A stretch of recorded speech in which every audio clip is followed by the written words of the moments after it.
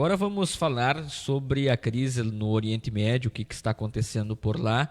Esta guerra com Israel e Hezbollah. Agora também o Israel respondeu ao Líbano, aos ataques que o Líbano fez a Israel.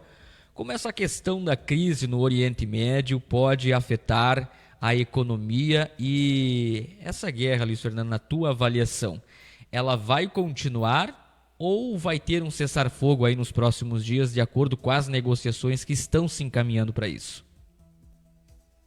Uma pergunta bem complexa, né, Jonatas? Porque nós sabemos que essa questão que envolve o Estado de Israel e o povo de Israel é uma questão já milenar, né?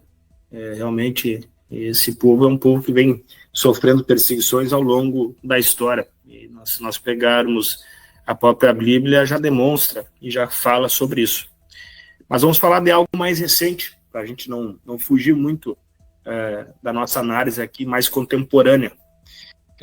Vamos pegar da criação do Estado de Israel para cá. Ao longo desses anos todos, né, após Segunda Guerra Mundial, a gente viu que já houve vários conflitos, né, como a Guerra dos 6 Dias, os conflitos com o próprio Líbano, os conflitos com o Egito, os conflitos com o Irã, né, com o próprio Líbano.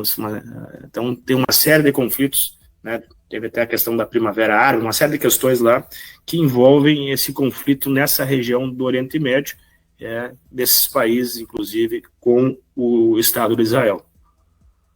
E a gente pode ver que isso realmente é uma pólvora, né? Porque, por mais que se tentou vários acordos, nós tivemos lá após o fim, entre aspas, né, da Guerra Fria, lá, porque vamos falar assim, porque a Guerra Fria acabou lá com a queda do Muro de Berlim e com o fim da União das Repúblicas Soviéticas. Teve um cessar-fogo, um acordo de paz lá em 93, inclusive com a chancela do próprio Estados Unidos em relação à Palestina, em relação ao povo de Israel.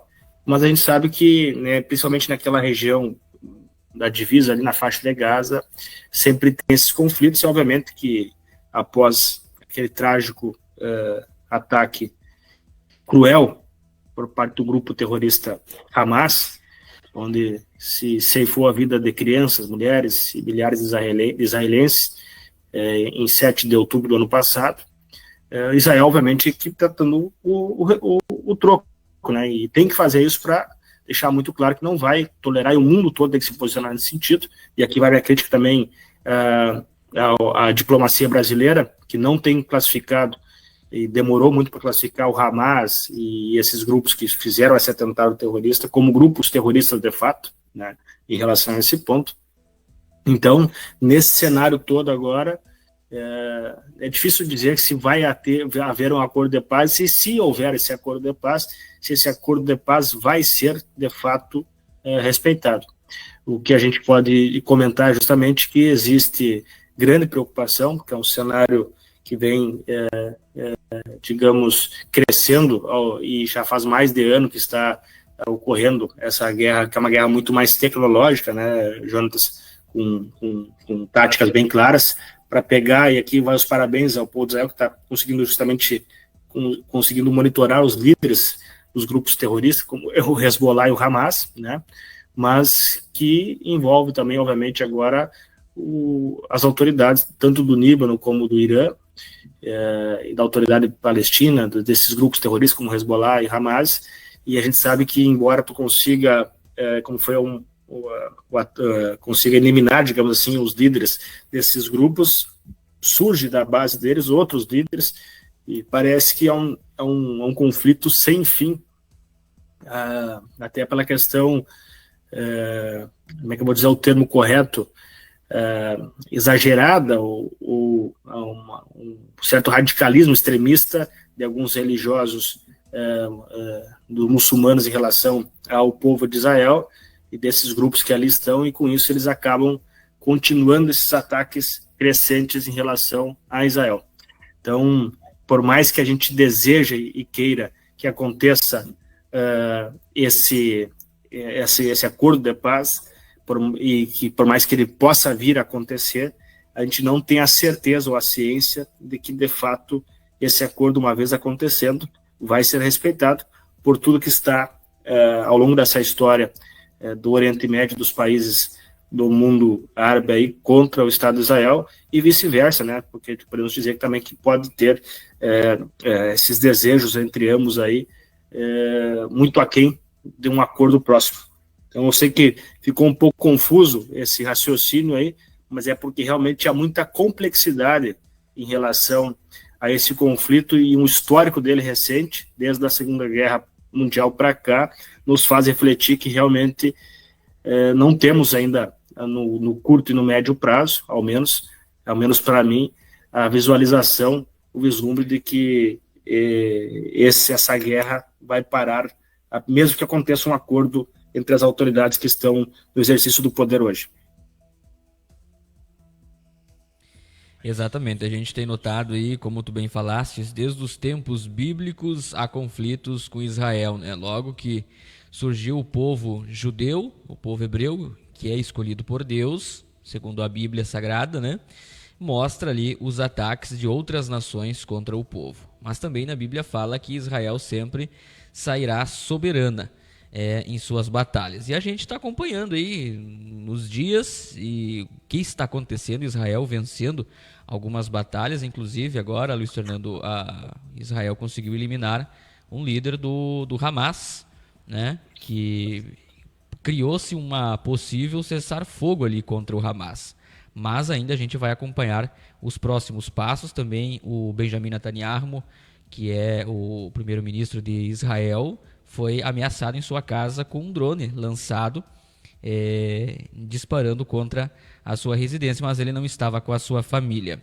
O que pode acontecer agora nos próximos dias, para nós finalizar essa parte sobre a crise no Oriente Médio? Isso pode afetar a economia, como para nós aqui no Brasil, na América do Sul?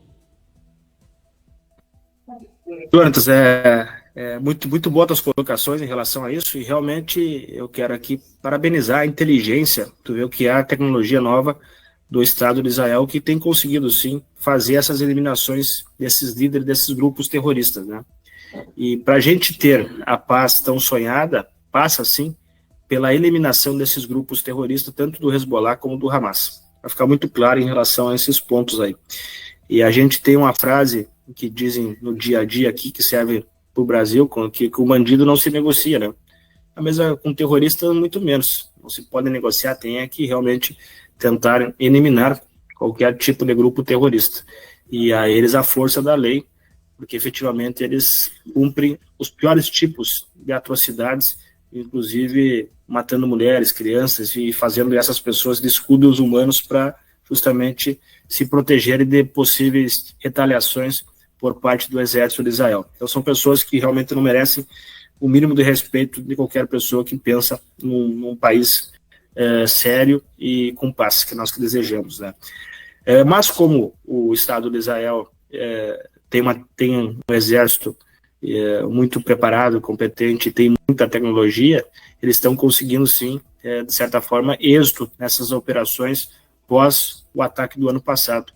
Então, obviamente que isso vai causando nesse grupo terrorista, né, que vão vendo os seus líderes serem eliminados pouco a pouco, né, uma certa inquietação no sentido que realmente eles não estão tendo êxito. Então, obviamente que com isso pode ser que conversando com as autoridades constituídas do nível, né, do próprio Irã, né, se consiga esse acordo de cessar-fogo e esses líderes aí sim possam de alguma forma colocar panos quentes nas ações dos grupos terroristas do Hezbollah e do Hamas. E aí sim a gente pode ter um desfecho, ao menos momentâneo, né? Vamos ser otimistas em relação a isso, momentâneo, de que de fato se pare essa guerra nesse momento, e é o que todos nós, acredito que a humanidade inteira deseja em relação a essas questões do Oriente Médio, né? Todo mundo deseja isso, e eu sou um cara de fé e religioso, e eu acredito que o bem sempre vence o mal, né? Então nós temos sim essa questão. Indo já para a tua pergunta em relação ao que isso tem de impacto na economia mundial, é um cenário que causa grandes preocupações. Israel hoje é, assim, um fornecedor de tecnologia para o mundo, tem um papel muito importante. Da mesma forma, a gente tem hoje, junto ao Oriente Médio, junto à Arábia, outra coisa, a gente tem enviado, inclusive, carnes, alimentos produzidos aqui no Brasil para esses países. Então, sim, a gente tem uma relação comercial positiva com o Oriente Médio, né? Nós temos também, além da questão do Oriente Médio, a questão nessa geopolítica mundial relacionada à guerra Ucrânia e Rússia, né, que precisa também ter um desfecho, né, já se arrasta há um bom tempo. Isso acaba afetando de alguma forma e causando incertezas, e a gente vê as grandes potências mundiais, né, se aliando a um grupo ou outro. A gente vê que existe hoje um alinhamento da Rússia com a China e o Irã, por exemplo, né, nesse contexto todo, e aí relacionado, e nós vemos, sim, de certa forma, os Estados Unidos, junto com Israel, e também dando apoio à Ucrânia, né? Então a gente vê muito bem que os jogos desse tabuleiro da geopolítica mundial, eles estão, sim, se desenhando de acordo com os interesses de cada uma dessas grandes potências aí que a gente sabe. E, obviamente, que a gente vê os países da União Europeia, da OTAN também se mobilizando de alguma forma. E tudo isso, obviamente, causa as incertezas, inseguranças, e a gente vê o próprio mercado financeiro, às vezes, tendo algum resquício em relação ao que está acontecendo nesses países, né? E não pode ser diferente, nós somos um mundo hoje que está interligado, né? E isso é muito claro, essa relação de interdependência, né? Um povo dependendo do outro de alguma coisa em relação à produção, em relação à compra, e assim por diante. E, obviamente, que tudo isso precisa ter um desfecho para que a gente possa efetivamente ver o crescimento das economias de maneira sustentável e saudável, e não com essas incertezas, essas inseguranças que não faz bem para ninguém. Quando a gente falava no tema anterior lá da insegurança jurídica causada por uma interpretação equivocada pela Suprema Corte, causa incerteza, causa insegurança e acaba afastando investidores do nosso país. Você imagina num cenário como está hoje, quem quer investir, produzir e coisa que está próximo dessas regiões ou que depende de alguma forma do comércio com essas regiões, fica obviamente com o freio de mão puxado, porque não fica uma série de incertezas em relação ao futuro. Não, então, se nós queremos que as coisas realmente engrenem de uma forma mais sustentável e com segurança, obviamente que tanto no Oriente Médio como essa questão da Rússia e da Ucrânia precisa ter um desfecho, né, Jonathan? Exatamente. Então nós vamos seguir também acompanhando o que está acontecendo lá no Oriente Médio, que tem muita informação e muita coisa ainda para acontecer.